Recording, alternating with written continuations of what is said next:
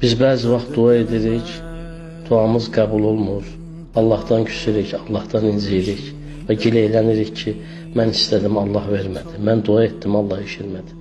Xeyr əzizim, bu yanlış fikirdir. Allah bütün bəndələrini eşidir. Nəinki bəndə danışanda Allah onu eşidir. Allah bəndələrinin qəlbindən keçəni, bəndələrinin ürəyindən keçirdiyindən belə xəbərdardır. Sadəcə olaraq biz istəyə bilmirik, nöqsan bizim özümüzdədir. Yəni Allah bütün bəndələrini eşidir. Əgər mənim bir çətinliyim varsa, mən eyni zamanda Allaha çağırıram, Allaha dua edirəm və eyni zamanda da fikrim başqa bir qapıdadır, başqa bir məxluqun qapısındadır. Əgər mən fikrimi bütün yaranmışların qapılarından cəmləyib Allahın qapısına yönəltsəm, yəqin bilin ki, bir dəfə Allah demək kifayət edər. Onu da görərsiniz ki, Allah öz rəhmət və mərhəmətini bəndəsinə necə nazil edir, dünya və axirət xoşbəxtliyinə həmin bəndəsini qərq edir.